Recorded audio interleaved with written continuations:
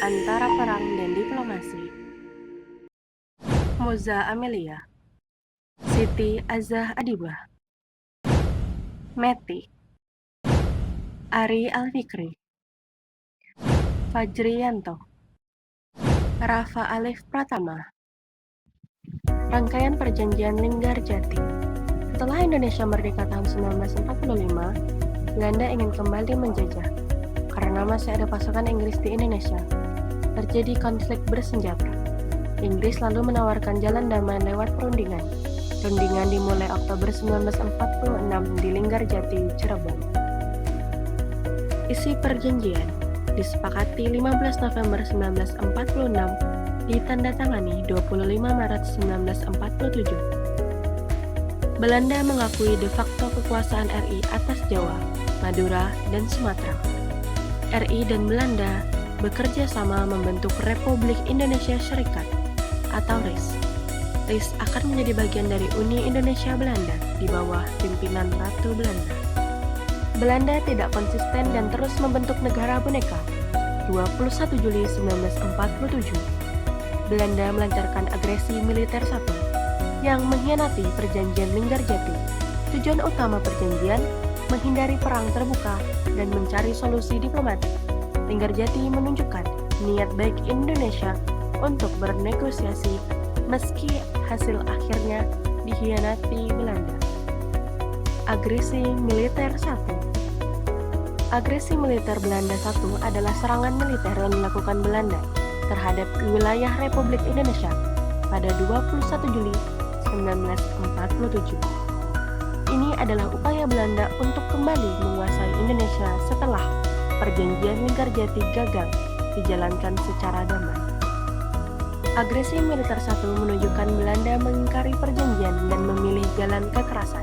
Namun, serangan ini justru membuat Indonesia mendapat dukungan internasional. Dampak: banyak wilayah RI jatuh ke tangan Belanda. RI mengadukan tindakan ini ke PBB. PBB turun tangan dan membentuk Komisi Tiga Negara atau KTN untuk mendamaikan. Peran Komisi Tiga Negara atau KTN. Peran dan tugas KTN menengahi perundingan antara RI dan Belanda setelah agresi militer 1, mengawasi gencatan senjata agar tidak terjadi pertempuran lagi, membantu menyusun dasar perjanjian Renville 1948. Hasil perundingan lanjutan. Hasil utama, KTN berhasil mendorong kedua pihak untuk berunding kembali, yang kemudian menghasilkan perjanjian Renville pada Januari 1948. Meskipun perjanjian itu juga tetap kontroversial, KTN berperan penting sebagai mediator internasional yang menunjukkan bahwa konflik RI Belanda menjadi perhatian dunia. Meski tidak menghentikan konflik sepenuhnya, KTN memperkuat posisi diplomatik Indonesia di mata global. Perjanjian Renville. Perjanjian Renville adalah sebuah perjanjian yang ditandatangani pada 17 Januari 1948 antara pemerintah Republik Indonesia dan pemerintah Belanda di atas kapal USS Renville yang berlabuh di Jakarta. Perjanjian ini merupakan upaya untuk menyelesaikan konflik antara Indonesia dan Belanda setelah Perang Dunia II dan pengakuan kemerdekaan Indonesia. Perjanjian Renville menghasilkan beberapa poin penting, termasuk gencatan senjata antara pasukan Belanda Indonesia, pengakuan Belanda atas kedaulatan Indonesia di Jawa dan Sumatera, pembentukan garis demarkasi antara wilayah Indonesia dan Belanda. Namun perjanjian ini juga memiliki beberapa konsekuensi negatif bagi Indonesia, seperti pengakuan Belanda atas wilayah-wilayah yang sebelumnya dikuasai oleh Belanda dan pembentukan negara-negara boneka di Indonesia.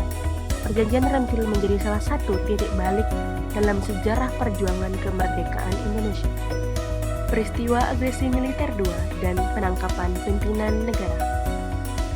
Agresi militer Belanda 2 terjadi pada 19 Desember 1948 ketika Belanda melancarkan serangan mendadak terhadap Indonesia, khususnya di Jawa dan Sumatera. Berikut beberapa poin penting tentang peristiwa ini. Reaksi internasional, serangan Belanda dikecam oleh masyarakat internasional, termasuk Amerika Serikat yang mengancam akan menangguhkan bantuan rencana Marshall kepada Belanda. Dampak, agresi agresi militer Belanda II berakhir dengan penandatanganan Perjanjian Rome-Royen pada 7 Mei 1949 yang membuka jalan bagi pengakuan kedaulatan Indonesia. Peristiwa Perang PDRI, penjaga eksistensi RI. Perang PDRI atau Pemerintahan Darurat Republik Indonesia merupakan salah satu babak penting dalam sejarah perjuangan kemerdekaan Indonesia. Berikut beberapa poin penting tentang peristiwa ini. Perlawanan PDRI memimpin perlawanan gerilya melawan Belanda di Sumatera dan berkoordinasi dengan pasukan lain di Jawa dan wilayah lainnya. Kesepakatan dengan pemerintah RI setelah Perjanjian Rome-Royen pada Mei 1949, PDRI menyerahkan kembali mandat kepada pemerintah RI yang dipimpin Soekarno dan Hatta setelah mereka dibebaskan. Dampak: PDRI memainkan peran penting dalam menjaga eksistensi pemerintahan Indonesia dan menunjukkan kepada dunia bahwa perjuangan bangsa Indonesia belum berakhir meskipun pusat pemerintahan darurat di Yogyakarta diduduki Belanda. PDRI menjadi simbol keteguhan dan semangat perjuangan bangsa Indonesia dalam menghadapi tekanan kolonial. Tetap memimpin gerilya.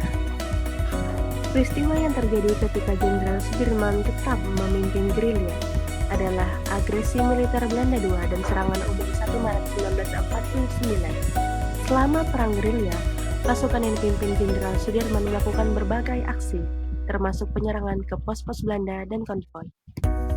Agresi militer Belanda II Desember 1948 sampai Juli 1949. Belanda kembali menyerang Indonesia dan menguasai Yogyakarta, ibu kota Indonesia saat itu. Jenderal Sudirman tetap memimpin gerilya meski dalam keadaan sakit sebagai respon atas agresi tersebut.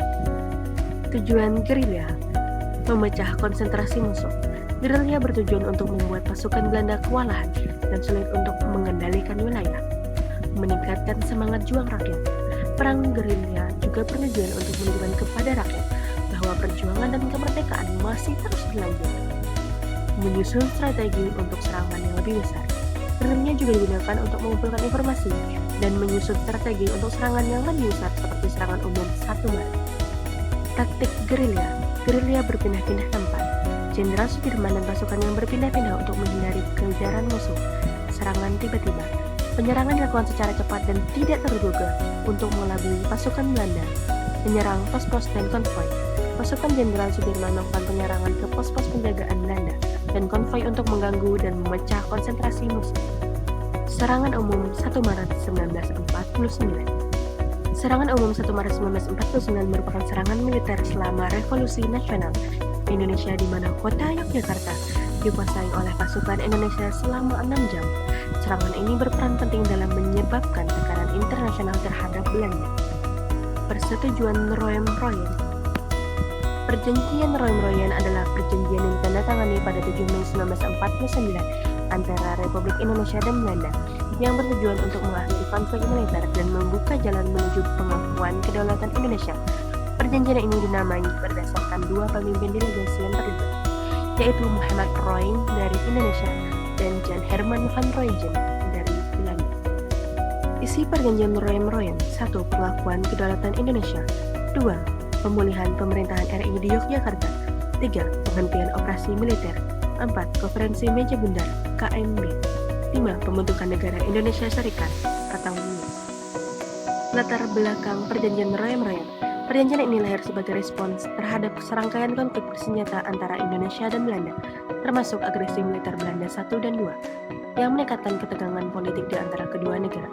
Perundingan Rome-Royen yang dimediasi oleh Komisi PBB untuk Indonesia bertujuan untuk meredakan ketegangan dan membuka jalan menuju penyelesaian damai. Yogyakarta kembali. Peristiwa Yogyakarta kembali 29 Juni 1949. Latar belakang: pada agresi militer Belanda II Desember 1948, Belanda menyerbu Yogyakarta yang saat itu menjadi ibu kota Republik Indonesia. Presiden Soekarno dan Wakil Presiden Muhammad Hatta ditangkap dan diasingkan. Pemerintah Republik sempat vakum, tetapi perjuangan rakyat dan diplomasi internasional terus berlanjut. Peran gerilya dan diplomasi. Pasukan Indonesia terus melakukan perlawanan melalui perang gerilya atau dipimpin Jenderal Sudirman. Sementara diplomasi dilakukan lewat konferensi Meja Bundar atau KMB dan tekanan internasional terhadap Belanda. puncak peristiwa, pada 29 Juni 1949, Belanda akhirnya menarik pasukan dari Yogyakarta dan mengembalikan kota tersebut kepada rakyat Indonesia. Pemerintah RI pun kembali berjalan secara resmi di Yogyakarta. Makna sejarah menunjukkan kemenangan diplomasi dan perjuangan rakyat, menjadi simbol kebangkitan kembali Republik Indonesia, merupakan langkah awal menuju pengakuan kedaulatan penuh pada 27 Desember 1949. Konferensi Inter-Indonesia. Konferensi Inter-Indonesia adalah pertemuan penting yang terjadi antara pemerintah Republik Indonesia dan pemerintah negara-negara bagian di bawah Republik Indonesia Serikat yang difasilitasi oleh Belanda. Konferensi ini berlangsung dalam 2 tahap pada tahun 1949 sebagai bagian dari upaya menyatukan berbagai negara bagian menuju pembentukan RIS dan mengakhiri konflik antara Indonesia dan Belanda. Waktu dan tempat konferensi. 1. Konferensi Inter-Indonesia 1, 19-22 Juli 1949, Yogyakarta. Konferensi Inter-Indonesia 2, 31 Juli sampai 2 Agustus 1949, Jakarta.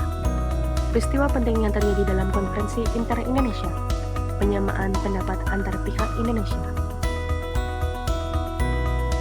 Peristiwa penting yang terjadi dalam konferensi Inter-Indonesia, persiapan menuju konferensi Meja Bundar (KMB). Tujuan utama mempersatukan suara bangsa Indonesia, menghindari perpecahan antar elemen bangsa, menyiapkan dasar pembentukan RIS sebagai jalan tengah untuk mengakhiri agresi militer Belanda, menyiapkan strategi bersama menghadapi Belanda di konferensi Meja Bundar. Hasil akhir, konferensi ini berhasil menyatukan berbagai kekuatan politik Indonesia, menjadi landasan kuat bagi keberhasilan konferensi Meja Bundar yang menghasilkan pengakuan kedaulatan Indonesia oleh Belanda pada 27 Desember 1949. Konferensi Meja Bundar. Konferensi Meja Bundar adalah perundingan antara delegasi Indonesia dan Belanda yang berlangsung di Den Haag, Belanda dari 23 Agustus hingga 2 November 1949. Tujuan utamanya adalah menyelesaikan konflik antara Belanda dan Indonesia setelah proklamasi kemerdekaan 17 Agustus 1945 dan agresi militer Belanda. Peristiwa-peristiwa penting. 1. Pembahasan pengakuan kedaulatan, penyelesaian masalah Uni Indonesia-Belanda. Ringkasan hasil konferensi Meja Bundar. 1. Belanda mengakui kedaulatan Indonesia sebagai RIS. 2. Dibentuk Uni Indonesia-Belanda. 3. Masalah Irian Barat ditunda. 4. Indonesia menanggung sebagian utang Hindia Belanda. 5. RIS sebagai bentuk negara sementara. Kemudian kembali ke NKRI tahun 1950. Pembentukan Republik Indonesia Serikat. Pembentukan Republik Indonesia Serikat adalah hasil dari konferensi Meja Bundar yang diselenggarakan di Den Haag, Belanda pada tanggal 23 Agustus 2 sampai 2 November 1949. Peran dari pembentukan Republik Indonesia Serikat. Republik Indonesia Serikat terbentuk sebagai salah satu cara Belanda untuk kembali menguasai Indonesia. Pengakuan kedaulatan. Konferensi Meja Bundar yang diselenggarakan di Den Haag, Belanda pada 23 Agustus hingga 2 November 1949. KMB menghasilkan penyerahan kedaulatan penuh dari Belanda kepada Republik Indonesia Serikat pada 27 Desember 1949. Berikut adalah beberapa peristiwa yang penting terkait pengakuan kedaulatan Indonesia. Perjanjian Linggarjati 1947, Konferensi Meja Bundar (KMB), Perjanjian Renville 1948, Agresi Militer 2 1948, Penyerahan kedaulatan 27 Desember 1949. Ringkasan peristiwa. Peristiwa ini merupakan tonggak penting dalam sejarah Indonesia karena menandai berakhirnya masa RIS dan kembali ke bentuk negara kesatuan yang lebih sesuai dengan semangat persatuan dan kesatuan bangsa. Peristiwa ini juga menunjukkan pentingnya peran politik dan perjuangan masyarakat dalam membentuk arah negara. Kembali ke negara kesatuan. Peristiwa kembali ke negara kesatuan Republik Indonesia atau NKRI adalah peristiwa penting dalam sejarah Indonesia yang terjadi pada 17 Agustus 1950. Pada tanggal ini Republik Indonesia Serikat secara resmi dibubarkan dan Indonesia kembali ke bentuk negara kesatuan. Pembentukan RIS. RIS terbentuk sebagai hasil perundingan konferensi Meja Bundar (KMB) antara Indonesia dan Belanda. Pada tahun 1949, RIS merupakan bentuk negara federal dengan beberapa negara bagian otonom. Perjuangan kembali ke NKRI. Sistem federal dianggap sebagai warisan kolonial. Terjadi administrasi ganda yang membingungkan. rasa persatuan dan kesatuan bangsa yang kuat. Bukan lagi angkat senjata, kini saatnya angkat suara dan karya. Terima kasih.